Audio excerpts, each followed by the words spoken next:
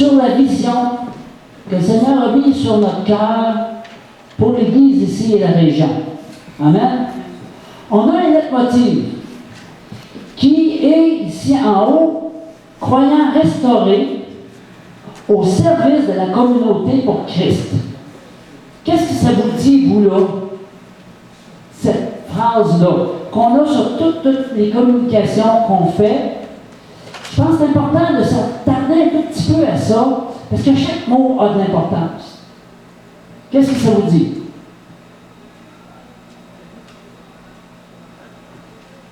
Sanctification. Engagé dans le chemin de la sanctification.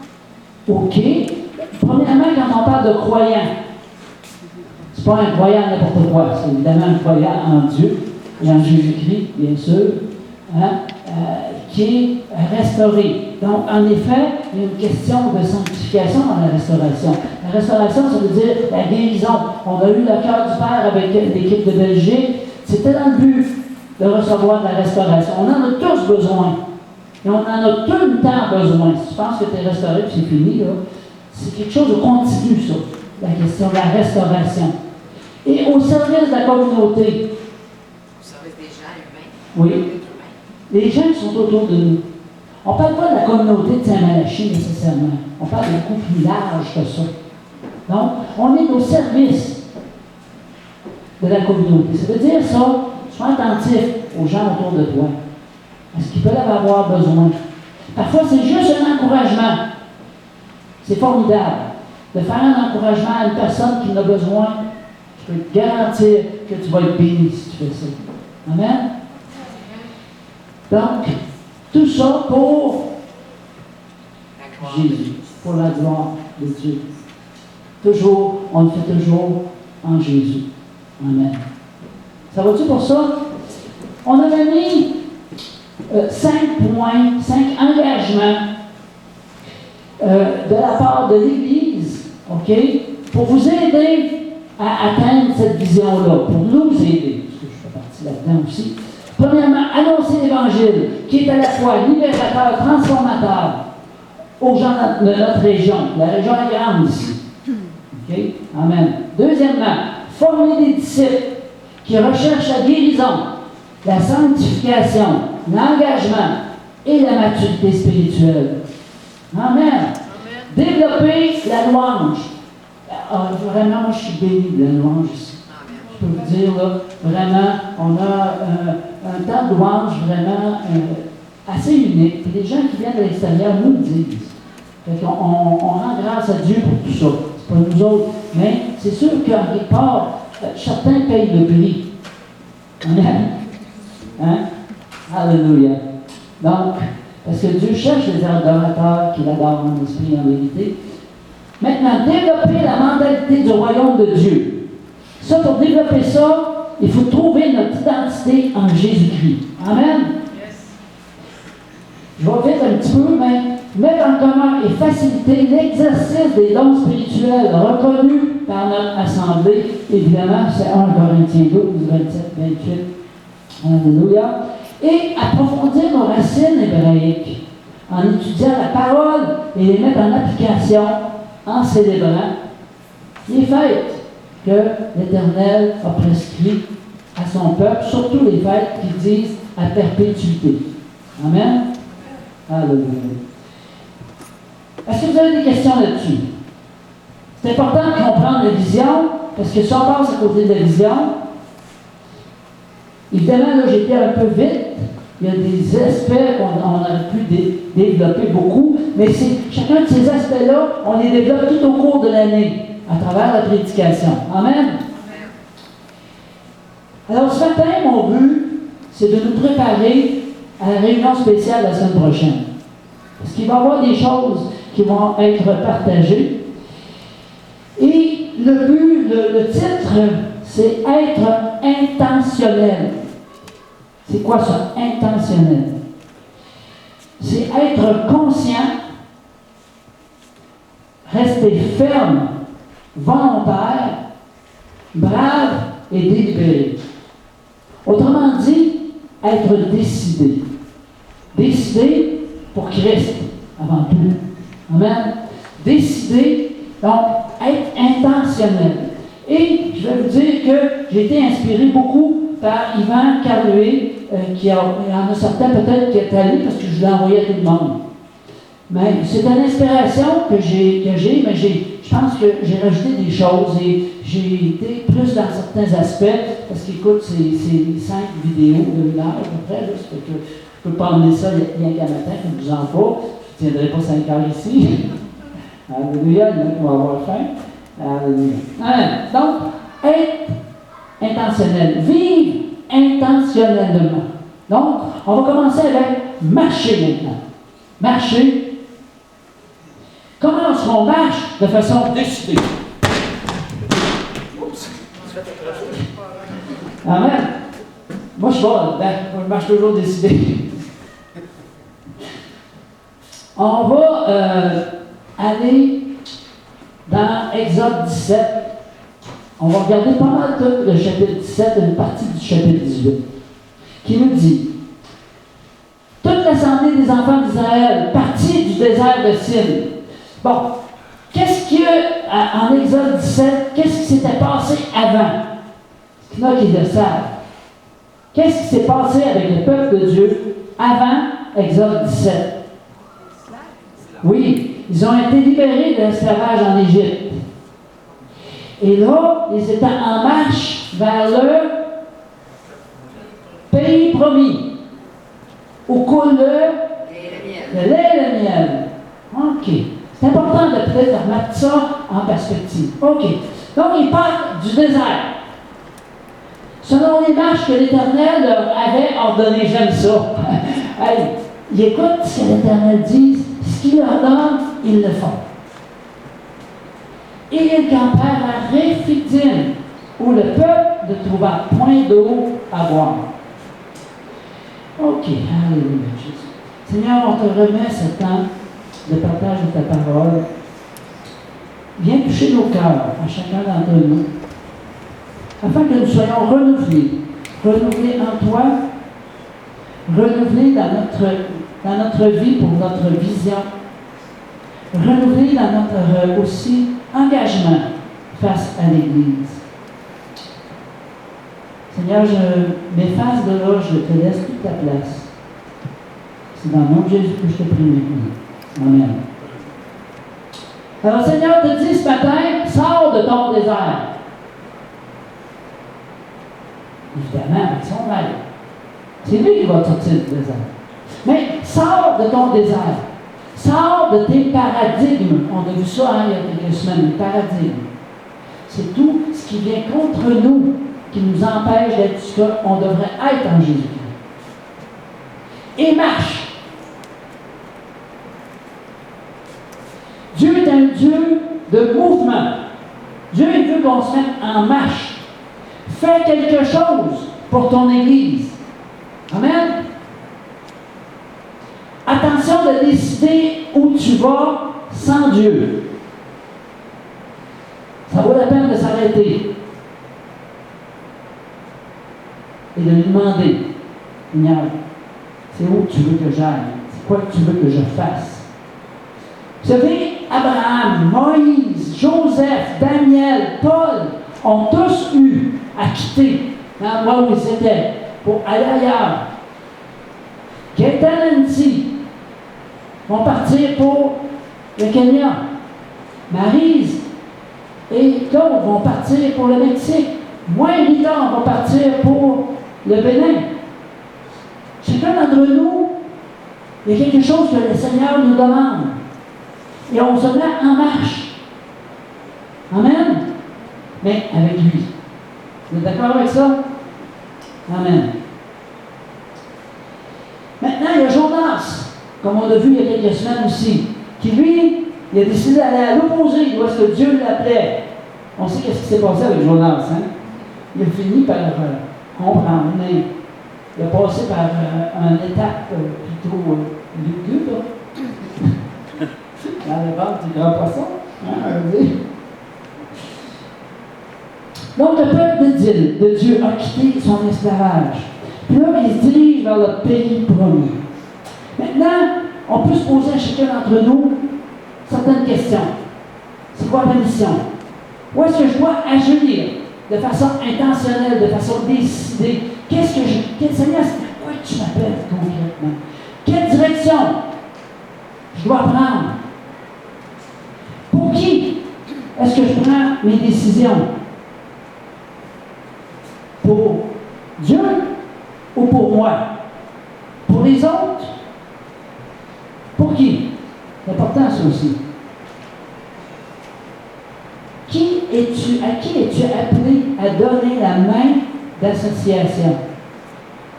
Souvent, on ne peut pas faire les choses seul. On a besoin d'être en association. Je te dirais ici, si tu es marié, ton premier associé, c'est ton mari et ta femme, c'est ton conjoint. Maintenant, le Seigneur veut qu'on se donne tous la main. Même ici, en tant qu'Église, en tant que famille, le Seigneur nous appelle à se donner la main. Mais il y en a à qui tu vas donner la main, puis que tu vas garder la main longtemps sur ta route. Amen. Il y en a d'autres qu'il vaut mieux peut-être s'éloigner un petit peu. Parce que ces personnes-là vont nous demander, vont nous éloigner de notre mission. Amen. Apprends à marcher avec Dieu, alors tu pourras aider les autres à marcher dans leur destinée. Amen. Vous me suivez? OK, donc, premièrement, on a appris à marcher de façon intentionnelle. Maintenant, on va apprendre à bénir. Si tu marches comme il faut avec le Seigneur, tu vas être prêt à bénir. Amen. Bénir de façon décidée, consciente, ferme, volontaire, délibérée, brave. On continue notre histoire. Exode 17, et versets 2 et 4. À 4, pardon. Alors le peuple chercha querelle à Moïse. Vous avez compris que ça ne marche pas. Querelle au leader. OK. Ils dirent, donnez de l'eau à boire. Moïse répondit, pourquoi me cherchez-vous querelle? Pourquoi tentez-vous l'Éternel? Il faut bien comprendre ici, là. Souvent, quand on cherche querelle avec les autorités que Dieu met en place, on tente l'Éternel. C'est particulier, celle-ci. Le peuple était là, pressé par la soif, et murmurait contre Moïse. Tu sais, murmure, là.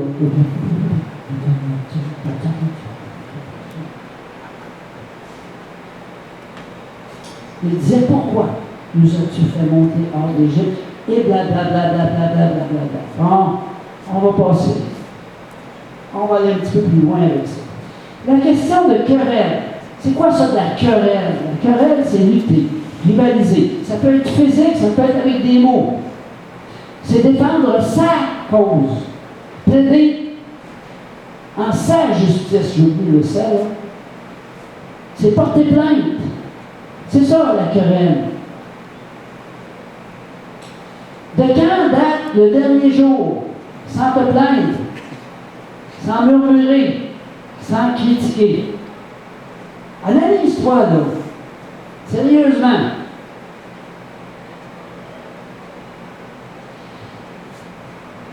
D'où ça vient qu'on se plaint? Des attentes non rencontrées? Est-ce que ces attentes-là sont vraiment de Dieu? Soit une source de bénédiction, pas de malédiction. C'est tellement évident, là, mais c'est quand même bon de regarder ça. Donc, vous savez que le murmure vient d'une certaine méfiance. Je me méfie. Et la méfiance est contagieuse. Et devient un véhicule de peur. Comme un virus qui produit la malédiction. Vous savez, on est appelé à changer l'atmosphère. Hein, Rita a dit souvent ça parce que on change, on shift l'atmosphère. Shift. Si on ne lutte pas contre cette attitude-là de murmure, il vient tout seul. Le murmure, ça vient tout seul. Facile, là, de murmurer. La critique, elle vient tout seul. Puis, elle va te détruire. Elle va te détruire, toi, et ceux que tu aimes. Personnellement, j'ai vu beaucoup de personnes qui ont critiqué soit des ministères, soit des gens autour de eux. Et ces personnes-là sont soit tombées dans une profonde dépression ou encore carrément malades. J'ai vu des gens que j'ai vus critiquer ici même, puis quand je les ai vus après, ils étaient assis avec une canne, plus capable de se lever. C'est incroyable. Là. Donc, je ne veux pas, comment je peux dire, il y a une conséquence à nos murmures, à nos critiques.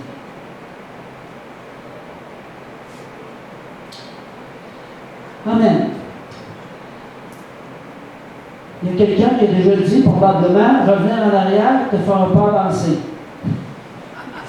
C'est parce que quand tu critiques, là, tu regardes en arrière. Le Seigneur ne nous a pas appelés à critiquer, il nous a appelés à trouver des solutions. Amen. Chacun, nous autres, si tu vois un problème, c'est que le Seigneur t'appelle à être une solution. Moi, je me rappelle quand on est arrivé ici à Saint-Mélaché en 93. C'était des années de ça. Moi et Rita, on arrivait dans l'église, quand même à une centaine de personnes. On avait une louange très, très dynamique là-bas. Et puis, quand on est arrivé ici, le seul instrument de musique, c'était une orgue. Et puis, le conducteur de chant, bon, c'était pas évident. Ça fait que c'est certain qu'on avait envie de critiquer un petit peu. Hein? Mais, en fait, ce que le Seigneur nous appelait, c'était quoi? C'était de nous impliquer pour améliorer cette louange-là. Amen. Et puis, c'est ce que Rita a fait. Et puis, je rends grâce pour tout cela. Amen.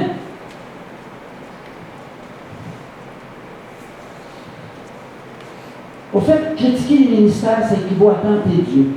Ça mène à la dépression, comme j'ai dit tantôt.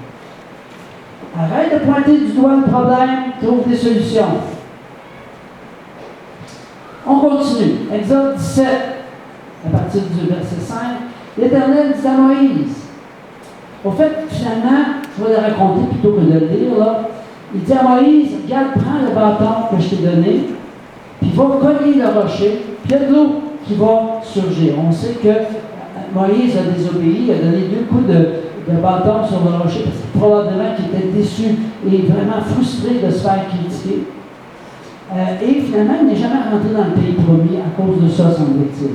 Mais ce qui est intéressant, c'est que Moïse a donné à ce lieu-là le nom de Massa et Mériba.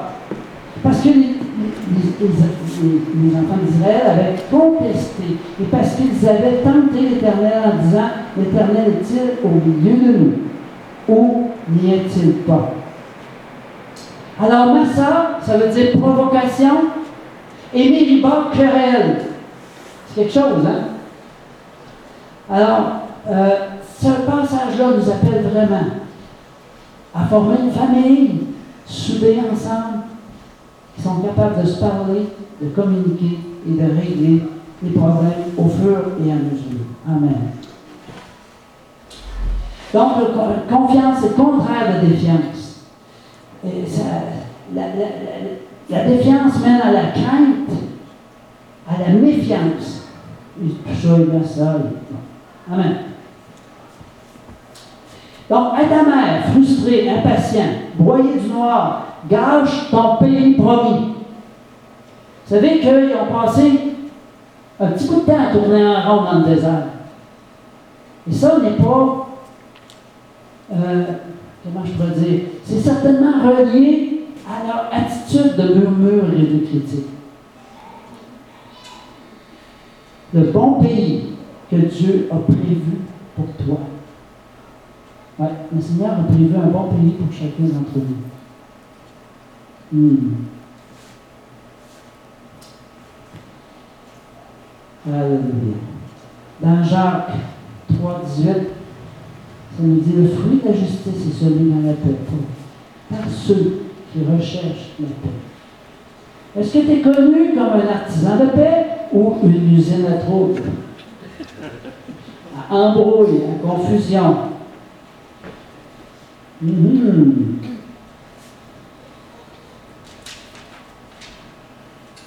On est appelé à apporter des bonnes nouvelles, à encourager, à bénir, à apporter des solutions aux problèmes des gens.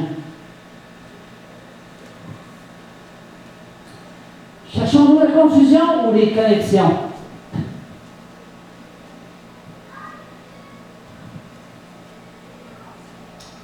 Vous savez, donner de la valeur aux autres, là, c'est tellement important. Encourager.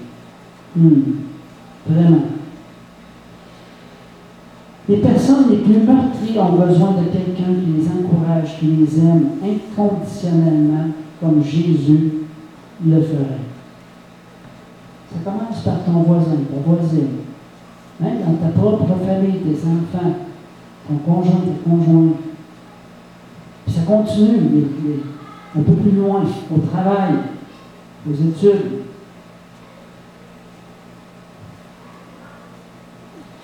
Dieu peut ouvrir des fontaines là où nous y attendons le moins. Amen. Alors, continuons. Puis à un moment donné, pouf, il y a une fontaine qui va s'ouvrir devant nous.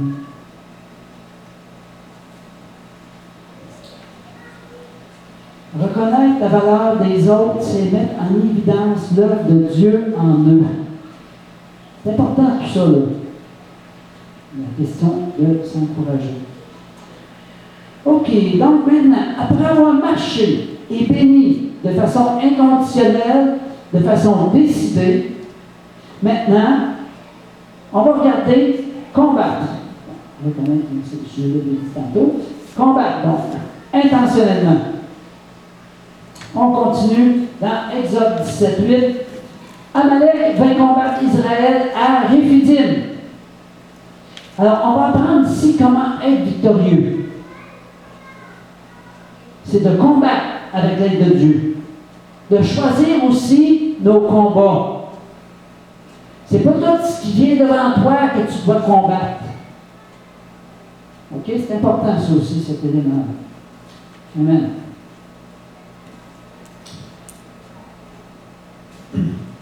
Trop souvent, on va se combattre les uns des autres en tant qu'enfants de Dieu. Ça, c'est comme une guerre civile. Puis dans une guerre civile, même la victoire est une défaite. N'est-ce pas? Donc, identifions c'est qui notre adversaire. C'est qui notre adversaire? Au fait, c'est l'ennemi. On n'a pas à lutter contre la chair et le sang, mais contre les dominations, les autorités, les princes de ce monde des ténèbres, contre les esprits méchants. Amen? On sait tout ça, hein? Mais c'est-tu bon de s'en rappeler des fois? Je pense que oui. Je pense que oui. Amen. Exode 17, à partir de 9. Alors Moïse dit à Josué, choisis-nous des hommes et sors et combat Amalek. Demain, je me tiendrai sur le sommet de la colline. OK? Donc, Josué s'en va dans la vallée pour combattre et Moïse s'en va sur le sommet de la colline. La verge de Dieu dans ma main. Josué fit ce qu'il lui avait dit, Moïse, pour combattre Amalek. Et Moïse, Aaron et Hur montèrent au sommet de la colline. Vous savez, tous les appels que nous avons là sont bons et complémentaires. C'est bon l'appel que Dieu met sur la vie de Gaëtan, Nancy, Claude, Maryse, sur chacun d'entre nous. Et c'est complémentaire. Il faut accepter ce que l'autre, l'appel que l'autre a sur sa vie. Alors ici, on avait des intercesseurs sur la montagne et des soldats dans la vallée. Ça prend ça. Amen. Exode 11 nous dit, lorsque Moïse élevait sa main, Israël était le plus fort. Et lorsqu'il baissait sa main, Amalek était le plus fort. Donc, ici, on peut comprendre qu'il y a une connexion entre ce qui est fait ici sur la terre et ce qui se passe dans le ciel. Comprenons que ce n'est pas notre combat. Le combat que tu as devant toi, ce n'est pas ton combat. Le combat de cette Église-là, ce n'est pas mon combat, ce n'est pas le vôtre. Mais c'est ensemble.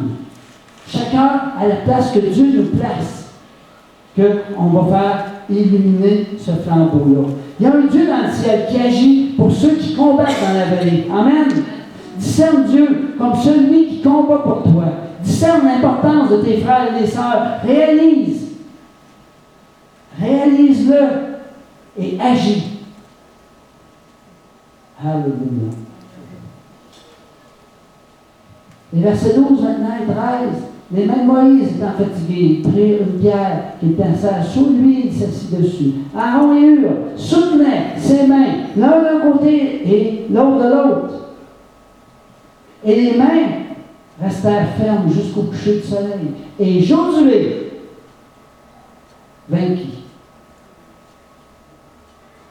Amalek et son peuple au tranchant de l'épée. Amen. On a la victoire. Dis à ton voisin, tu as la victoire. Amen.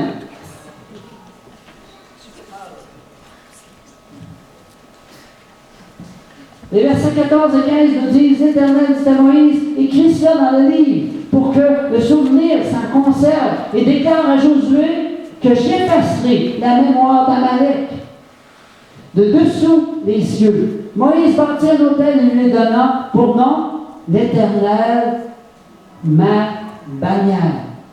On a des bannières en arrière. Et quand on danse avec les bannières, chaque couleur a une signification. Et lorsque tu danses, tu fais une action prophétique. Si tu n'es pas d'accord avec ça, va dans la Bible. Il y en a plein d'actions prophétiques à travers toute la Bible. C'est clair. Et le Seigneur nous appelle à être un peuple prophétique.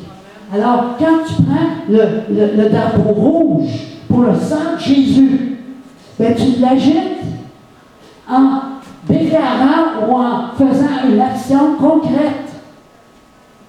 Que le sang vienne sur tel frère, telle sœur, telle personne qui vit une maladie, quoi que ce soit. Amen.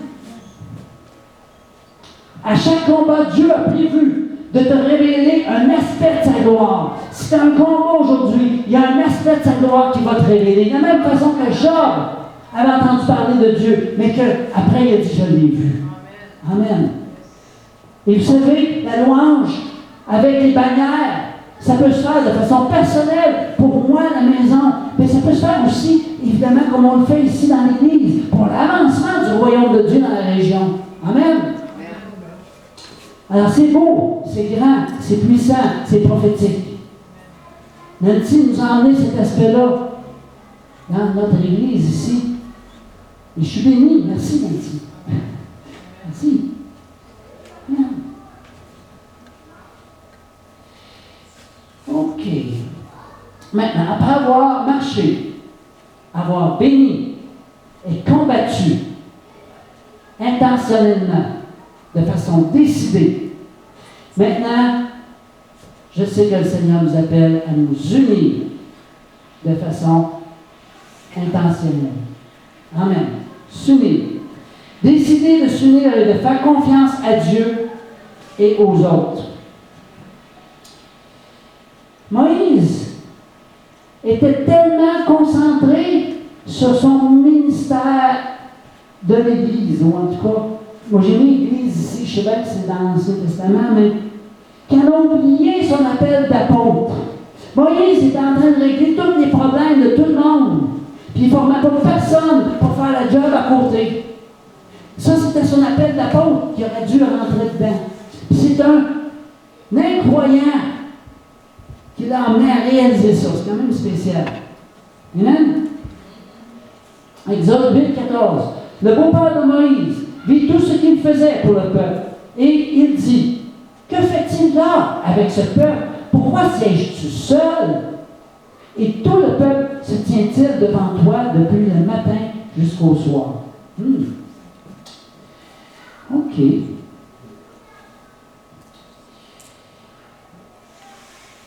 Jéthro, Il a vu la peine que Moïse se donnait. Puis lui, avec ses yeux de l'extérieur, il a dit, hey, ça n'a pas de bon sens. Pourquoi est-ce que tu agis comme ça? Tu as un problème d'organisation.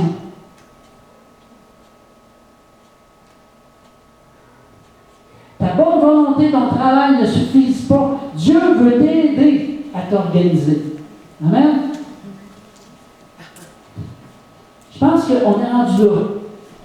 On a fait plusieurs essais d'organisation au cours depuis qu'on est en charge de l'Église ici. Les gens bougent, hein? Les gens vont être appelés ailleurs, et puis ça change. Mais, amen. Le Seigneur, dans tout cela, a de bonnes choses. Continuons notre lecture maintenant, verset 17. Le beau-père de Moïse lui dit, ce que tu fais n'est pas bien. Tu t'épuiseras toi-même et tu épuiseras ce peuple qui est avec toi, car la chose au-dessus est au-dessus de tes forces. Tu ne pourras pas y suffire seul. Maintenant, écoute ma voix. Je vais te donner un conseil et que Dieu soit avec toi. Sois l'interprète du peuple auprès de Dieu et porte les affaires devant Dieu. Donc ici, Moïse demeure le leader, si on veut, d'une certaine façon. Mais, on va voir qu'il va être appelé à former. Vous savez, ici, comme j'ai dit tantôt, Jéthro était un prêtre de Madian. Et puis, j'ai trouvé quand même Moïse qui a eu une bonne attitude. Il aurait pu dire, là, toi, là, quand même pas Dieu, là, dégage. Alors, il est possible que, entre nous, la personne qui gère l'aspect où tu sers ait besoin à un moment donné de te dire, ben écoute, j'aimerais ça que tu fasses ça de telle façon, qu'est-ce que tu en penses? Là, tu as le choix de faire. Et de dire, OK, je vais essayer. Ou tu montrer peut-être, je ne sais pas quoi. Comprenez-vous? C'est très facile de réagir rapidement. Puis des fois, le but de la personne, c'est de nous emmener plus loin. Soyons enseignables. Amen? C'est une grande qualité, ça. Être enseignable. Ta capacité à te laisser remettre en question détermine ta progression. Amen. C'est important de se remettre en question.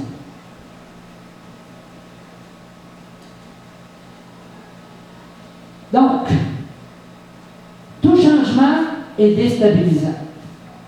Certains d'entre vous, vous savez que Rita et moi, on est appelés à partir, pour cette année, ça va être juste 3 mois au Bénin, à partir du mois de mars.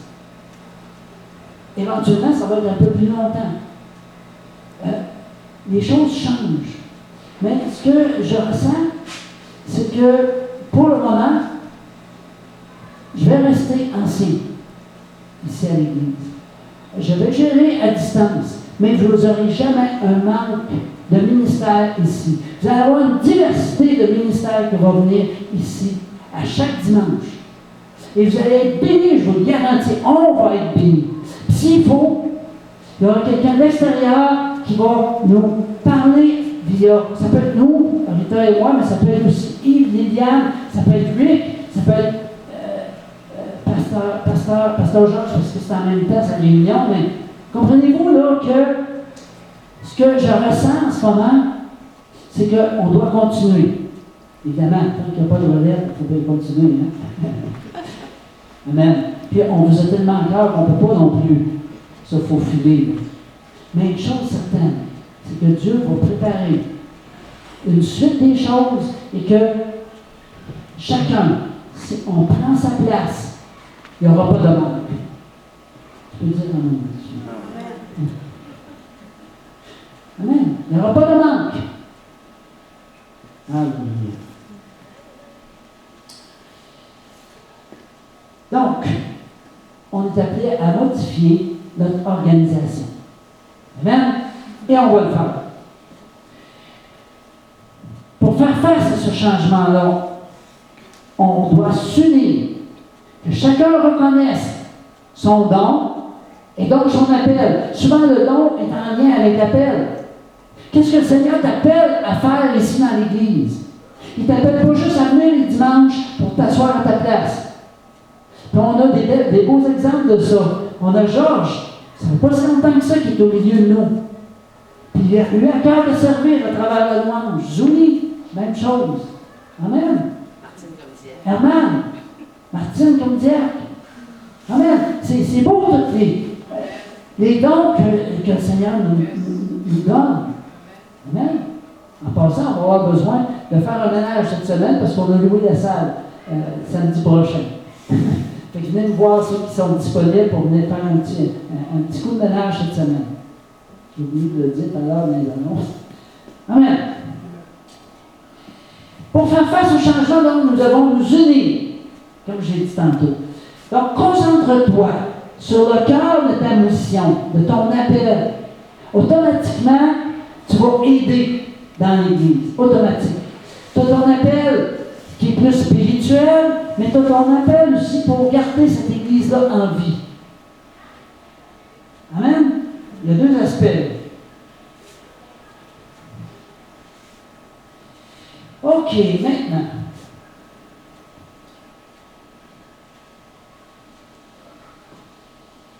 Après avoir marché, béni, peut-être le gens, il en manque un. Servir. Maintenant, on va s'organiser. Êtes-vous prêts? Pas vous faire organiser, là, mais à s'organiser. OK? Si vous voulez pas vous faire organiser, bien participez. Alléluia. Amen. Donc, choisir, décider de participer à l'organisation. Ça, c'est vraiment les principes du royaume. Amen. Exode 18, 20. Enseigneurs, les ordonnances et les lois, et fais-leur connaître le chemin qu'ils doivent suivre et qu'ils doivent faire. Choisis parmi tout le peuple des hommes capables, craignant Dieu, des hommes intègres. Ici, en passant, le homme, il dit humain, homme-femme. Okay. Ennemis de la cupidité, établis-les sur eux comme chef de 1000, chef de 100, chef de 50 et chef de 10. Alors,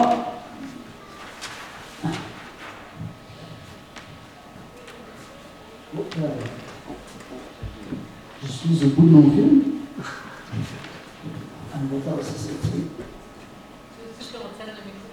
Non, très bon. Ici, donc, on a des anciens. Okay? Les anciens sont des gens dans le ministère qui sont appelés à gérer au niveau de l'Église. Okay? Donc, un des 5 ministères. Donc, des anciens. C'est pas parce qu'il y a un ministère dans l'Église qui est tout obligatoirement ancien. Ça va pour tout le monde? En dessous de l'ancien, si on veut, ici c'est une formule plus hiérarchique, mais on va voir que le ministère n'est pas hiérarchique. On a les diacres.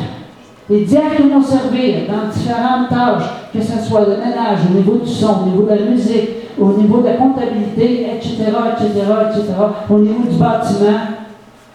Et chacun des diacres va avoir des aides en dessous.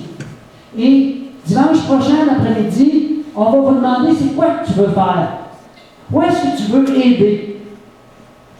Il va y avoir des diacres qu'on va voter, mais avec les diacres, il va y avoir une équipe. C'est important d'avoir une équipe. Parce qu'ils n'ont pas d'équipe, ils ne feront pas tout seuls. C'est bien décourageant, ça. De faire le ménage tout seul ici, là. Vous me suivez? Oui. Amen. OK.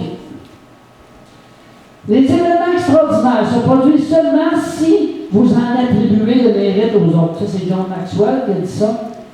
Je pense qu'évidemment, il faut commencer par remettre tout entre les mains de Dieu. Mais, vous savez, quand on est un leader, ici je parle particulièrement à ceux qui sont leaders, Encourage ton équipe. Dis, ah, là, tu as fait une bonne job. Même si toi, tu n'as fait la moitié. Amen? C'est bon l'encouragement, c'est important.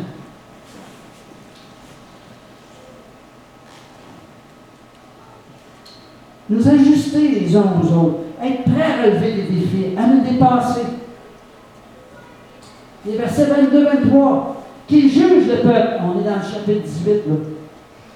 En tout temps, qu'ils portent devant toi toutes les affaires importantes et qu'ils prononcent eux-mêmes sur les petites causes. Allège ta charge et qu'ils la portent avec toi. Si tu fais cela et que Dieu te donne des ordres, tu pourras y suffire. Et tout ce peuple, c'est qui ça? C'est nous. Tout ce peuple parviendra heureusement, wow, à cette destination. C'est pas juste d'arriver, mais c'est d'arriver heureux. Parce que tu as participé à quelque chose. Parce que tu es une partie prise de quelque chose. Hier, on était à la fête du 10e anniversaire de Option Grossesse.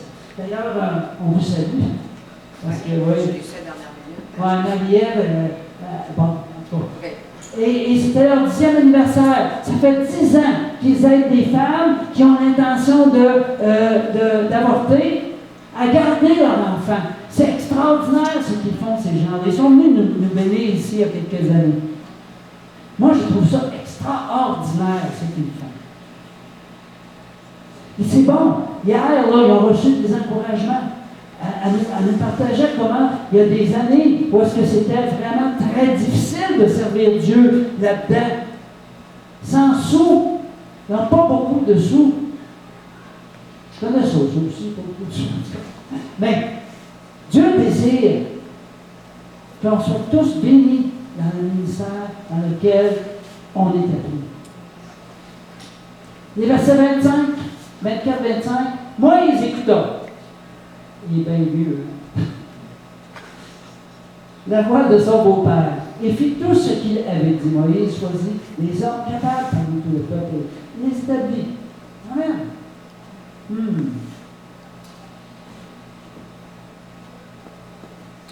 Sois vrai envers toi-même, sans chercher à être un autre, afin de plaire ou de manipuler. Tout ça, c'est des pièges que l'ennemi nous donne. De vouloir plaire, de tomber dans le contrôle, dans la manipulation. Toute organisation est appelée à un voyage, à s'ajuster. Il y a un ajustement pour toute organisation. Amen. Et vous savez, dans ce changement-là, c'est bon de se laisser dépasser par les autres. Amen. Il y a quelqu'un qui disait, si mon plafond peut devenir ton plancher.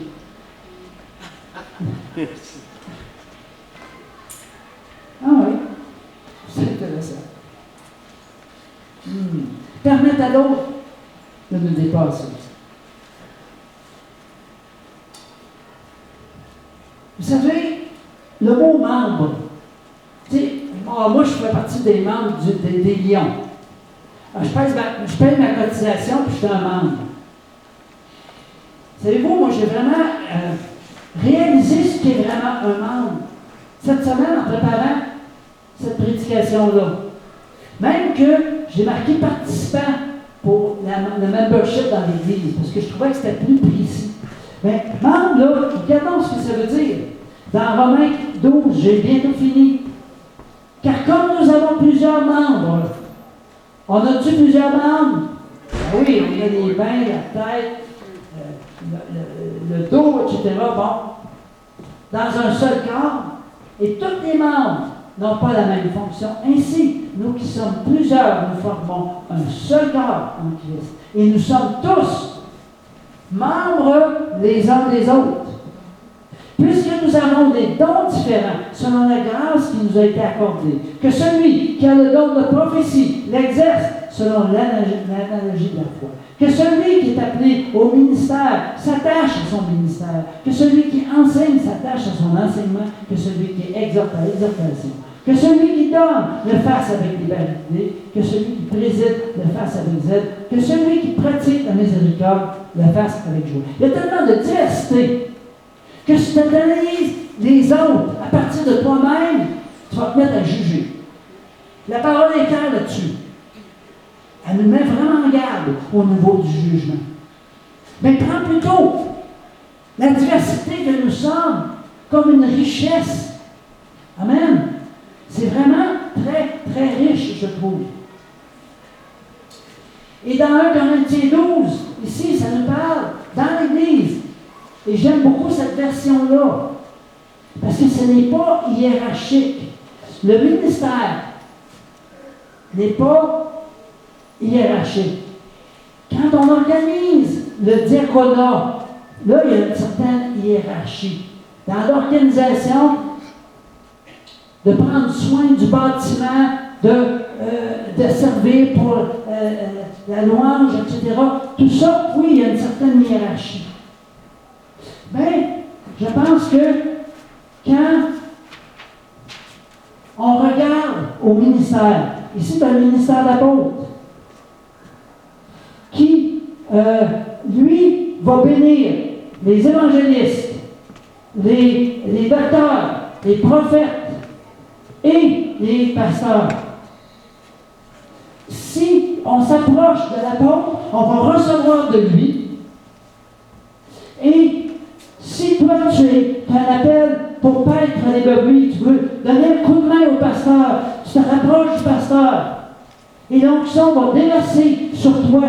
Si tu es appelé à être prophète, si ton appel est à travers la louange, souvent, les prophètes se retrouvent là. Tu te rapproches des prophètes. Si un prophète qui vient dans l'assemblée ici, là, ben, prends les notes. Écoute ce qu'il dit. Tiens-toi proche de lui. S'il fait un appel, avance. Bois. Tire l'onction. Amen. Etc. Là, je ne vais pas passer à travers tout ça. Mais voyez-vous ici, ça ressemble plus à une sorte de cellule tridimensionnelle. Ou est-ce que c'est pas quelqu'un qui chapeaute quelqu'un d'autre, mais c'est tout le monde qui boit l'onction que l'autre a. Wow! Il a dit l'idéal matin, lui. C'est vrai, c'est pas évident à vivre, là. Mais oui, il faut faire quand même l'effort. Il faut comprendre, je pense, cet aspect-là. J'ai réfléchi longtemps à ça. C'est ma manière de voir les choses. Je suis obligé de le dire, là. C'est pas aussi clair que ça dans la parole, mais je pense que en regardant comment c'est dit dans ce verset-là ici, c'est-à-dire, ici c'est marqué au premier rang. Dans certaines versions, ça dit premièrement.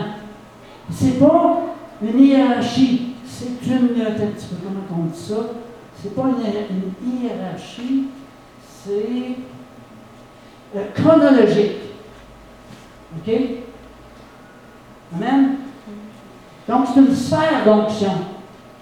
C'est une sphère dans laquelle on peut tirer une onction différente d'une place à l'autre. Donc, la sphère de l'apôtre.